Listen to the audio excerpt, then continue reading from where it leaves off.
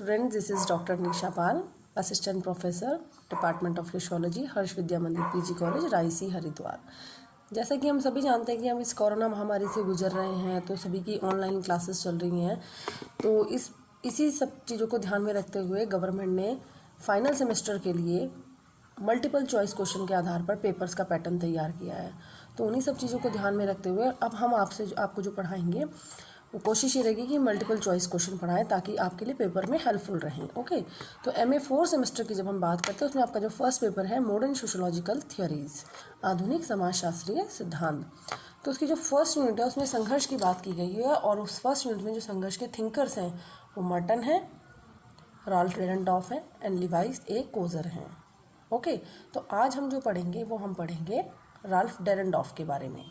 तो सबसे पहली चीज़ मैं आपको ये बोलूँगी, संघर्ष की जब बात आती है तो इसमें कार्ल मार्क्स ने अपनी बात करी। एक चीज़ ये ध्यान रखना, कार्ल मार्क्स ने जो बात करी उन्होंने ध्यान रखा आर्थिक स्थितियों को। तो मार्क्स का कहना था कि अगर सोसाइटी में या वर्ग में अगर संघर्ष होता है तो हमेशा आर्थिक कारण उसके लिए जिम्मेदार होते हैं। ओके, और जब डेरेनडॉर्फ की बात आएगी तो आपको अपने माइंड में रखना है सत्ता। अगर आपने अपने माइंड में फिक्स कर लिया कि सत्ता की बात हो रही है तो your number of question is going to correct. Okay, सत्ता, अब सत्ता से आप ध्यान रखना वो मैक्स वेबर से इंस्पायर हुए। मैक्स वेबर ने अपनी थियरीज दी है टाइप्स ऑफ अथॉरिटी में। जब उन्होंने बोला 3 तरह की सत्ता उन्होंने बताई, वैधानिक सत्ता, परंपरागत सत्ता और करिश्माई सत्ता।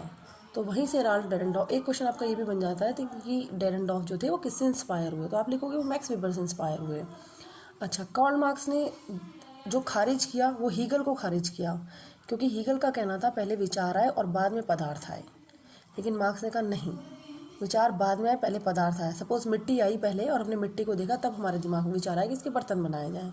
हमने लोहे को देखा तब हमारे दिमाग में विचार आया कि हम बर्तन या औजार बनाए जाएं। तो आपसे भी ये क्वेश्चन है, आप अपना माइंड लगा के बताओ पहले विचार आए आदमी के मन में या पहले पदार्थ आया, कोई मैटर आया। तो मार्क्स का कहना था कि भौतिक चीज़ें पहले आई, तो उन्होंने हीगल की थ्योरी को रिजेक्ट कर दिया। ओके, और हीगल का कहना था कि विचार पहले है और पदार्थ बाद में आए। चलो, ये तो एक जनरल क्वेश्चन संघर्ष को समझने के लिए, बट ये चीज़ आपको ध्यान रखनी है बच्चों, अगर कार्ल मार्क्स आएगा तो आपको ध्यान रखना आर्थिक चीज़ें और डेरेनडॉर्फ आएगा तो आपको ध्यान रखना सत्ता। अब एक क्वेश्चन है, पहला क्वेश्चन आपसे पूछा जाएगा, किस समाजशास्त्री ने संघर्ष के परिप्रेक्ष्य में सत्ता और शक्ति को अपने सिद्धांत में प्रयोग किया? किसको? सत्ता और शक्ति को। देखो, दोनों में छोटा सा डिफरेंस है। शक्ति का मतलब होता है कि दूसरों की इच्छा नहीं है लेकिन आप फिर भी उस काम को करवा रहे हैं। ओके, दूसरों की इच्छा के विरुद्ध करवाने वाले काम को हम शक्ति कहते हैं। और जब उसी शक्ति को वैधानिक पावर मिल जाती है यानी कि लीगलिटी मिल जाती है तो उसको हम सत्ता बोलते हैं। फॉर एग्जाम्पल, अब जैसे हम टीचर्स हैं तो हम बच्चों को डांट सकते हैं, उन्हें समझा सकते हैं, क्योंकि हमारे पास एक वैधानिक पावर है। शक्ति तो है ही है लेकिन उसके साथ साथ हम अपॉइंटेड हैं एज अ टीचर, तो हमारे पास एक लीगल पावर है। तो हम अपने स्टूडेंट्स को अगर गली में वो रूल्स तोड़ते हैं, कुछ भी करते हैं, स्कूल में डिसिप्लिन फॉलो नहीं करते, तो we can stop them, we can correct them, right. तो दिस इज़ कॉल्ड सत्ता।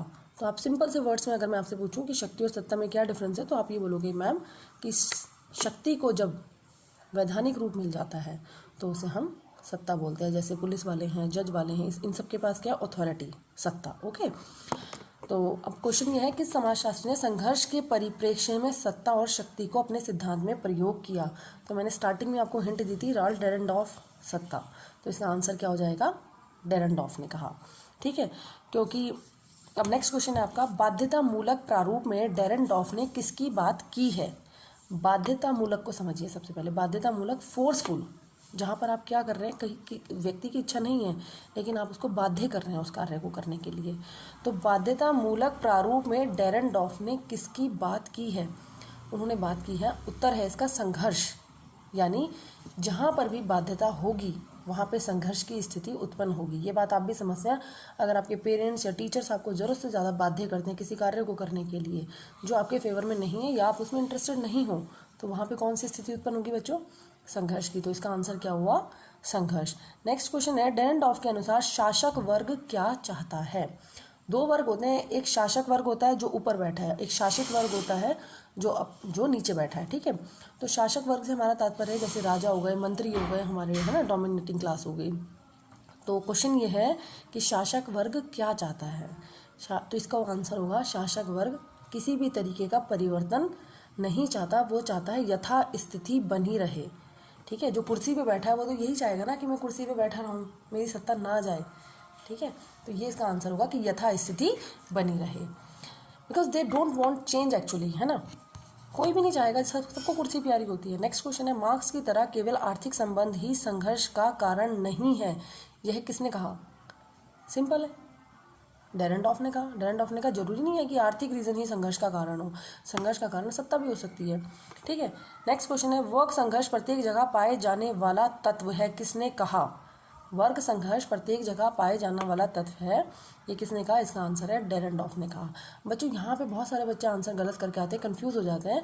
देखो, अगर क्वेश्चन ये आता है कि समाज में सहयोग एवं संघर्ष दोनों चीज़ें पाई जाती हैं, तो ये मैकाइवर एवं पेज ने बोला। ओके, और क्वेश्चन अगर आपका ये आता है कि अब तक का जो समाज है वो वर्ग संघर्ष रहा है उस समाज में, है ना, अब तक का जो इतिहास है उसमें वर्ग संघर्ष का इतिहास रहा है, ये कार्ल मार्क्स ने बोला है। लेकिन क्वेश्चन अगर आता है वर्ग संघर्ष प्रत्येक जगह पाए जाने वाला तत्व है, ऐसा किसने कहा?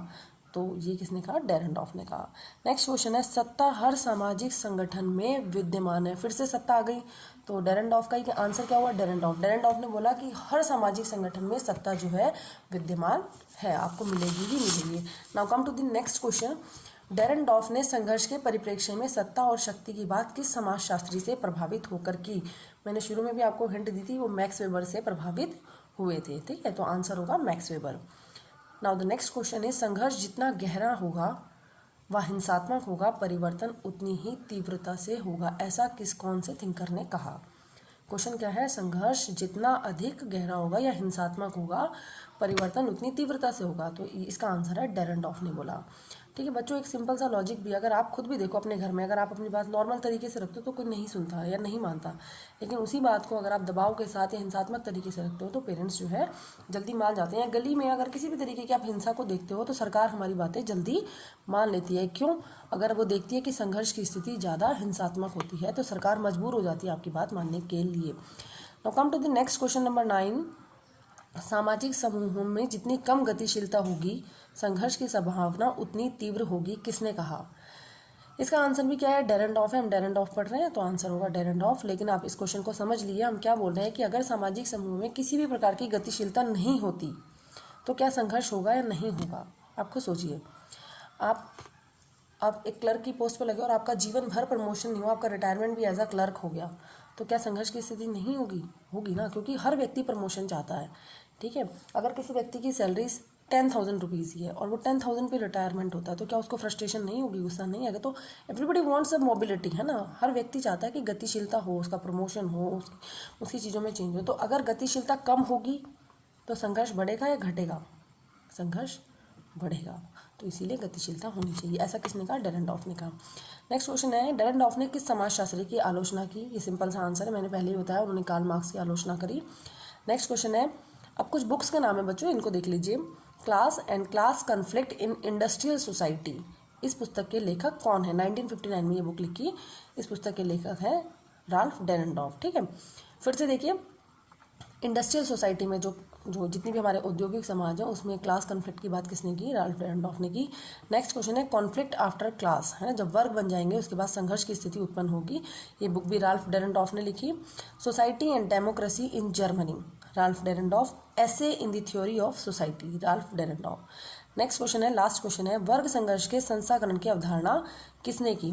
संस्थाकरण मतलब जब वह नियमों से और कुछ उनसे बन जाए, रेगुलेशन से बन जाए, तो उसको हम क्या बोलते हैं? संस्थाकरण बोलते हैं। पहले वर्ग कोई भी हो जाता था, है ना, अब क्या है, लाइक मजदूर वर्ग आपने देखा होगा, टीचर वर्ग आपने देखा होगा, डॉक्टर वर्ग आपने देखा होगा, है ना, महिला वर्ग आपने देखा होगा, तो this is what we call संस्थाकरण, है ना। तो ये संस्थाकरण, वर्गों के संस्थाकरण की, इंस्टीट्यूशनलाइजेशन की अवधारणा किसने दी? राल्फ डेरेंडॉफ ने दी। Thank you so much and wish you all the best for your exams.